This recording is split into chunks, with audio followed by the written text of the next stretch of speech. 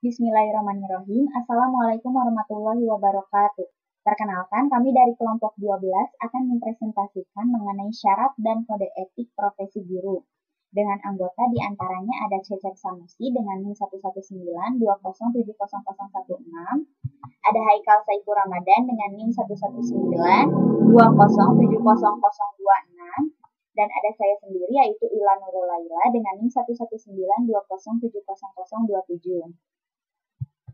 Pokok pembahasan yang akan kami bawakan diantaranya ada persyaratan profesi keguruan, kode etik profesi guru, dan yang terakhir ada kode etik guru di Indonesia. Sebelum kita membahas mengenai persyaratan profesi keguruan, kelompok kami akan mempresentasikan terlebih dahulu mengenai hakikat profesi. Nah, profesi ini pada hakikatnya merupakan suatu pernyataan atau janji terbuka bahwa seseorang tersebut akan mengabdikan dirinya kepada suatu jabatan atau pekerjaan yang telah diambilnya. Hal tersebut dia lakukan karena dia merasa terpanggil untuk melakukan pekerjaan tersebut. Hal tersebut menyiratkan bahwa profesi ini merupakan suatu jabatan atau pekerjaan yang mengandung unsur pengabdian, dan hakikat profesi ini merupakan suatu pernyataan atau janji terbuka. Jerry dan Steven mengungkapkan bahwa profesi itu sebagai bidang usaha yang dilakukan oleh manusia berdasarkan pengetahuan yang dimilikinya. Sedangkan keahlian dan pengalaman itu dibutuhkan pelakunya dalam kehidupan bermasyarakat. Jadi keahlian itu sangat bermanfaat bagi masyarakat. Nah, dari beberapa pernyataan yang telah disampaikan tadi, dapat disimpulkan bahwa hakikat profesi ini merupakan suatu lembaga yang mempunyai otoritas yang otonom. Hal tersebut didukung oleh spesialisasi ilmu, kode etik yang direalisasikan, kelompok yang tergabung dalam profesi tersebut, masyarakat luas yang memanfaatkan profesi tersebut, dan pemerintah yang melindungi profesi tersebut dengan undang-undangnya. Jadi, dari hal tersebut dapat disimpulkan bahwa profesi ini memenuhi segala kebutuhan yang mencakup dengan kebutuhan masyarakat berdasarkan kompetensinya, keahlian, dan pengetahuan secara profesionalitas yang dimilikinya. Selanjutnya, ciri-ciri profesi. Secara garis besar, itu profesi menuntut keterampilan tertentu, dan pekerjaan itu mempunyai signifikansi sosial. Dan menurut World Confederation of Organization for Teaching Profession, ciri-ciri profesi itu diantaranya profesi ini merupakan panggilan jiwa. Dan yang kedua ada menetapkan persyaratan-persyaratan minimal untuk dapat melakukannya. Persyaratan-persyaratan tersebut bisa kualifikasi pendidikannya, pengalamannya, dan keterampilannya. Selain itu yang terakhir ada profesi tersebut terbentuk dari disiplin intelektual masyarakat terpelajar dengan anggota-anggota yang terorganisasi.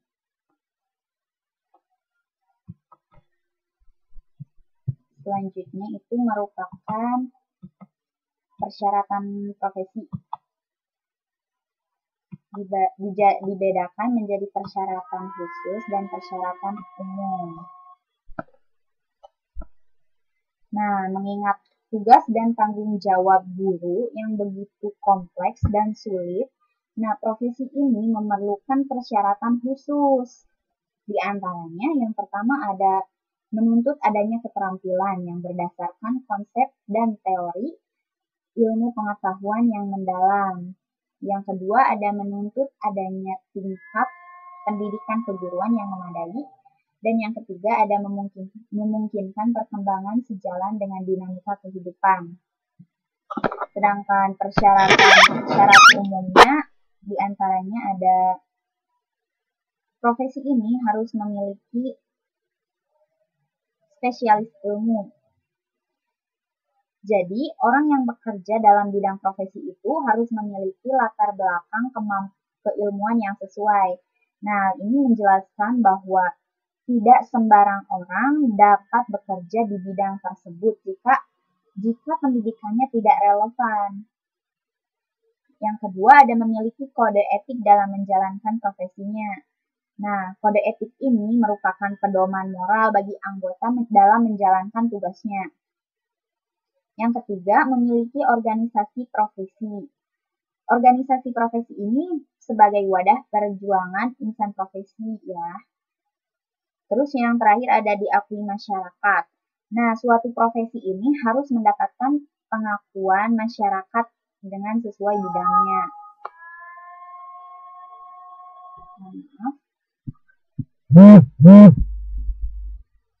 Nah, atas dasar persyaratan tersebut, profesional itu harus ditempuh melalui jenjang pendidikan yang relevan dan khusus dalam mempersiapkan jabatan tersebut. Nah, guru wajib memiliki kualifikasi akademik, kompetensi, sertifikat pendidik, serta jasmani dan rohaninya itu harus siap dalam menjalankan profesinya itu. Selain itu, guru juga harus memiliki kemampuan untuk mewujudkan tujuan pendidikan nasional. Nah, profesi guru ini secara umum itu profesi ketika bekerja ketika bekerja akan selalu mengejar gaji, jabatan, pangkat, ataupun golongan. Dapat dikatakan profesi itu. Namun, profesi guru itu tidak hanya hal tersebut. Nah, profesi guru ini lebih berfokus pada kualitas peserta didik sebagai hasil dari kinerja guru tersebut. Nah, profesi guru ini memiliki harapan untuk peserta didik tumbuh dan berkembang menjadi manusia yang cerdas secara intelektual, berbudaya, dan mulia, serta memiliki moralitas dan responsif terhadap kemanusiaan. Nah, pekerjaan yang sifatnya profesional ini merupakan pekerjaan yang hanya dapat dilakukan oleh mereka yang khususnya dipersiapkan untuk itu. Jadi, profesi ini harus relevan gitu. Nah, dengan hal ini, guru profesional itu merupakan orang yang memiliki kemampuan dan keahlian khusus dalam bidang keguruan, sehingga dapat melaksanakan tugas dan fungsinya sebagai guru.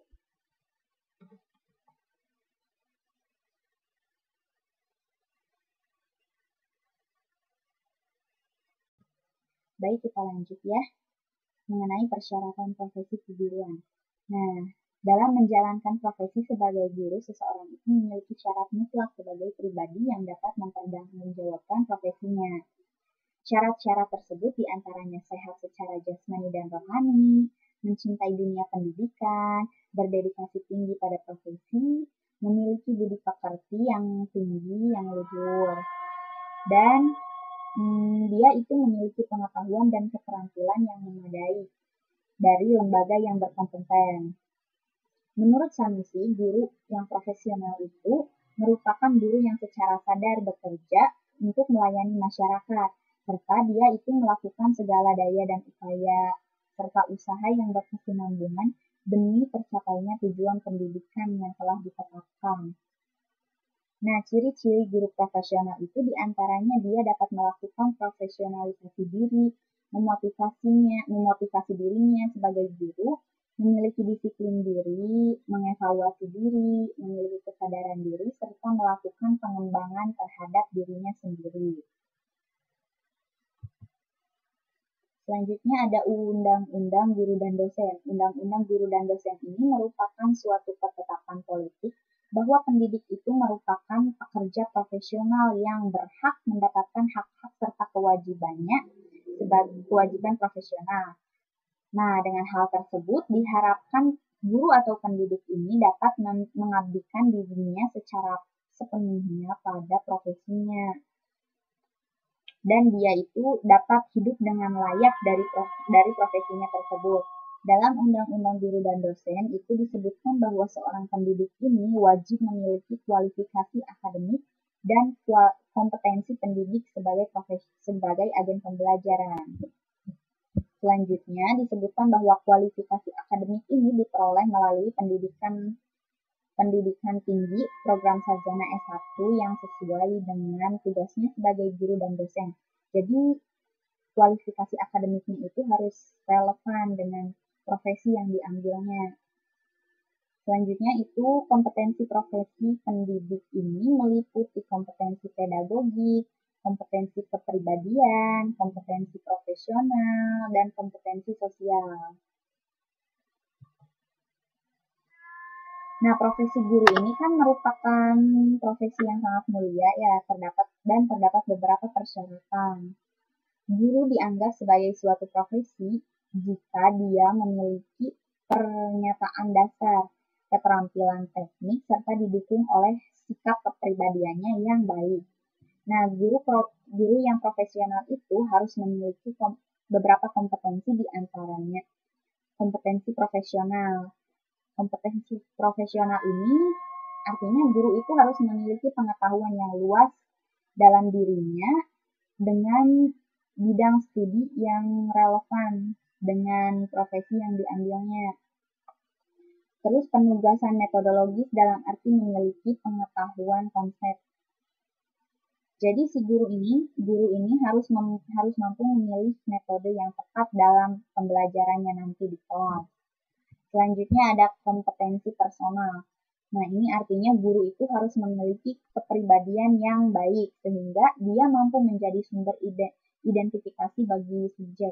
Nah, guru ini kan digugu dan ditiru ya, jadi dia itu harus memiliki kepribadian yang patut diteladani sehingga mampu melaksanakan kepemimpinan yang dikemukakan oleh Ki Hajar Dewantara, yaitu Tuturi Handayani, Ingmadia Mangunkarso, Ingarso Singkolodo. Dan selanjutnya ada kompetensi sosial ya.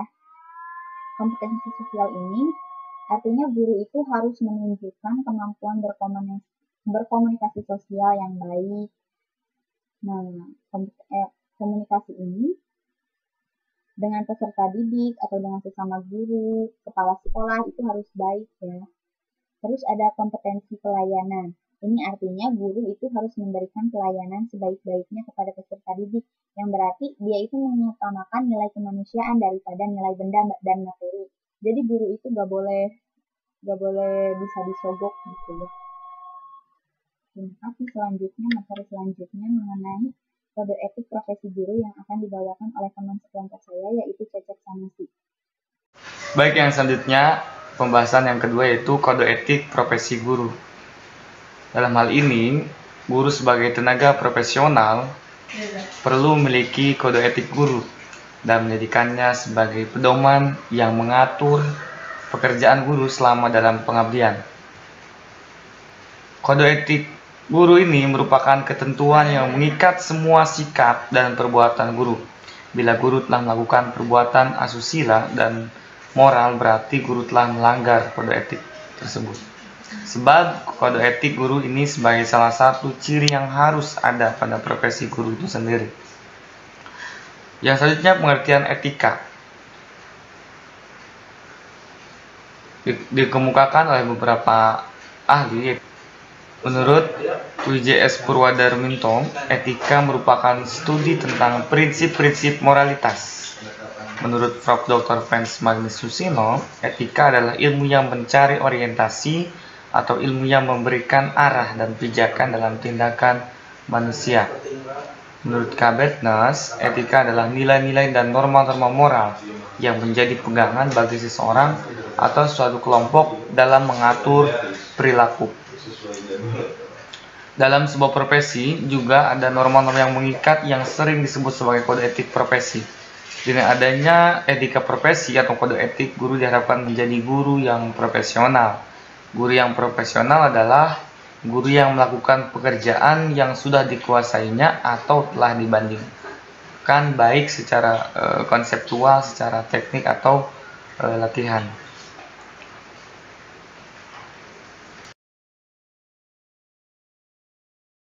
Profesi keguruan. Dalam hal ini, sasaran etika profesi keguruan di sini dijelaskan ada 5 sasaran. Yang pertama, etika terhadap peraturan perundang-undangan, etika terhadap organisasi profesi, selanjutnya etika terhadap pemimpin, selanjutnya etika terhadap teman sejawat, dan etika terhadap anak didik. Maksud dalam etika terhadap peraturan perundang-undangan adalah pada butir 9 Kode Etik Guru Indonesia disebutkan bahwa guru melaksanakan segala kebijaksanaan pemerintah dalam bidang pendidikan. Kebijaksanaan pendidikan di Indonesia dipegang oleh pemerintah, Departemen Pendidikan dan Kebudayaan yang mengeluarkan ketentuan-ketentuan tertentu. Maksud dalam etika terhadap organisasi profesi, dalam hal ini secara bersama-sama memelihara dan meningkatkan mutu organisasi di lingkup organisasi, maksudnya adalah organisasi PGRI, yaitu sebagai sarana perjuangan dan pengabdian. Dasar ini menunjukkan kepada kita betapa pentingnya peran organisasi profesi sebagai wadah dan sasaran pengabdian.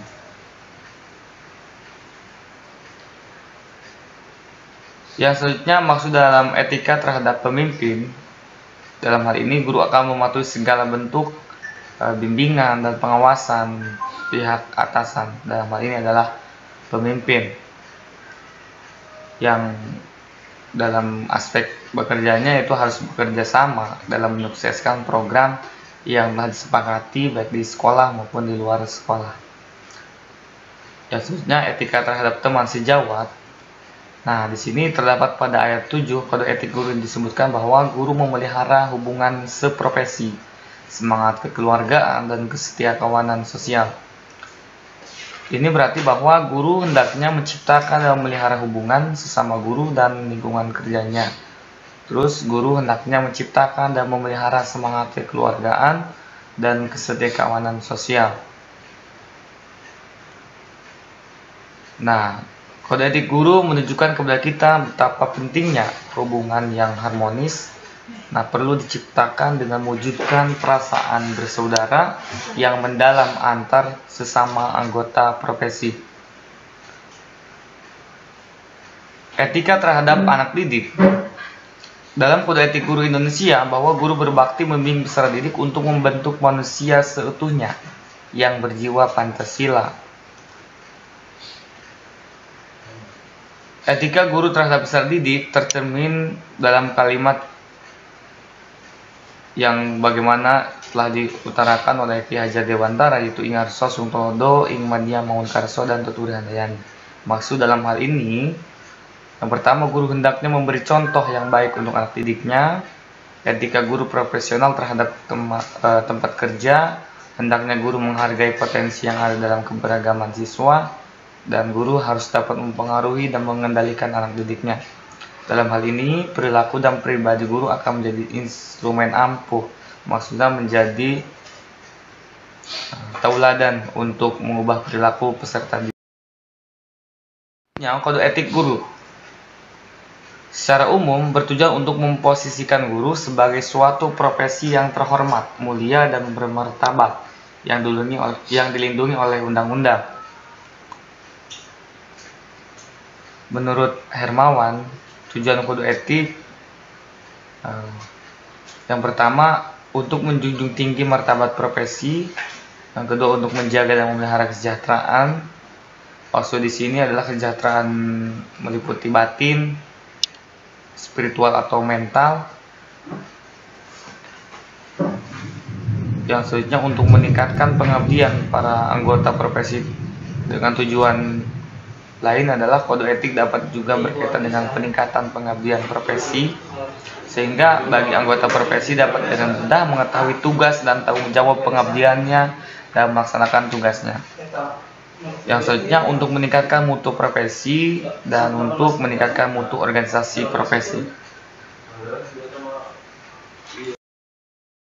Oleh beberapa ahli, yang pertama Gibson dan Michael, Menurutnya mementingkan pada etik sebagai pedoman pelaksanaan tugas profesional dan pedoman bagi masyarakat sebagai seorang profesional.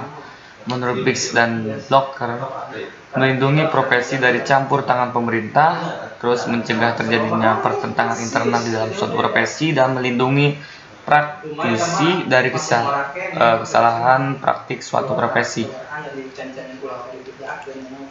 Terus menurut Sultan Zahri dan Syamal, disebutkan bahwa mengemukakan 4 fungsi kode etik bagi guru. Yang pertama, agar guru terhindar dari penyimpangan. Terus untuk mengatur hubungan guru. Selanjutnya sebagai pegangan dan pedoman tingkah laku agar lebih bertanggung jawab. Dan terakhir, pemberi arahan dan petunjuk yang benar kepada siswa ataupun mereka yang menggunakan profesi dalam melaksanakan tugas.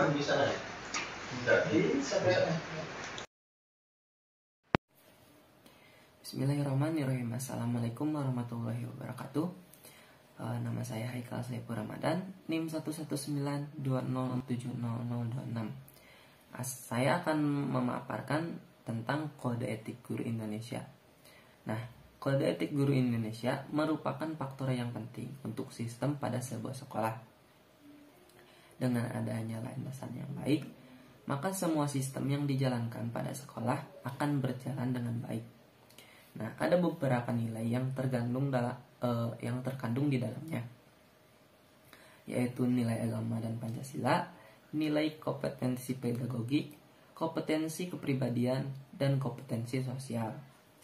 Nah, nilai-nilai yang terkandung dalam kode etik guru Indonesia adalah semangat yang kokoh dan memupuk militansi, ketangguhan dalam berjuang yang tinggi untuk mengisi kemerdekaan, meliputi jujur, tanggung jawab, kerjasama, komitmen, giat bekerja, disiplin, persatuan dan kesatuan, saling menghormati dan menghargai, dan profesional. Nah, guru Indonesia menyadari bahwa pendidikan adalah bidang pengabdian terhadap Tuhan Yang Maha Esa, bangsa dan negara, serta kemanusiaan pada umumnya. Guru Indonesia yang berjiwa Pancasila dan setiap ada undang-undang negara 1945 turut bertanggung jawab atas terwujudnya cita-cita proklamasi kemerdekaan Republik Indonesia 17 Agustus 1945. Nah, oleh karena itu, guru Indonesia terpanggil untuk menunaikan karyanya dengan mendominasi dasar-dasar sebagai berikut. Yang pertama, guru berbakti membimbing peserta didik untuk membentuk manusia Indonesia seutuhnya yang berjiwa Pancasila. Lalu yang kedua, guru memiliki dan melaksanakan kejujuran profesional. Lalu yang ketiga, guru berusaha memperoleh informasi tentang peserta didik sebagai bahan melakukan bimbingan dan pembinaan. Lalu ada yang keempat, guru menciptakan suasana sekolah sebaik-baiknya yang menunjang berhasilnya proses belajar mengajar. Nah, yang kelima, guru memelihara hubungan baik dengan orang tua murid dan masyarakat di sekitarnya untuk membina peran dan rasa tanggung jawab bersama terhadap pendidikan. Lalu ada yang keenam, guru secara pribadi dan bersama-sama mengembangkan dan meningkatkan mutu dan martabat profesinya. Lalu ada yang ketujuh, guru memelihara hubungan profesi, semangat kekeluargaan, dan kesetiakawanan sosial. Lalu ada yang kedelapan, guru harus bersama-sama memelihara dan meningkatkan mutu organisasi PGRI sebagai sarana perjuangan dan pengabdian. Lalu ada yang kesembilan, guru melaksanakan segala kebijakan pemerintah dalam bidang pendidikan. Nah, lalu ada sanksi pelanggaran kode etik. Dalam penetapan kode etik sebuah profesi, ada juga sanksi bagi anggota yang melanggar kode etik tersebut. Nah, menurut Mulyana 2007 menjelaskan bahwa sanksi pelanggaran kode etik tersebut adalah sebagai berikut. Yang pertama, sanksi moral. berupa celaan dari rekan-rekan karena pada umumnya kode etik merupakan landasan moral, pedoman sikap, tingkah laku, dan perbuatan. Lalu yang kedua, yang dikeluarkan dari organisasi. Nah, merupakan sanksi yang dianggap berat. Lalu ada juga undang-undang yang mengatur etika profesi guru, yaitu Undang-Undang Republik Nomor 14 Tahun 2005 tentang guru dan dosen. Sebagai contoh, misal pasal 2 ayat 1. Guru mempunyai kedudukan sebagai tenaga profesional pada jenjang pendidikan dasar, pendidikan menengah, dan pendidikan anak usia dini pada jalur pendidikan formal yang diangkat sesuai dengan peraturan perundang-undangan. Nah, yang ayat keduanya, pengakuan kedudukan guru sebagai tenaga profesional sebagaimana yang dimaksud yang sudah disebutkan pada ayat 1 dibuktikan dengan sertifikat pendidikan. Mungkin sekian dari saya. Mohon maaf bila banyak kekurangan. Wabillahi taufiq wal hidayah. Assalamualaikum warahmatullahi wabarakatuh.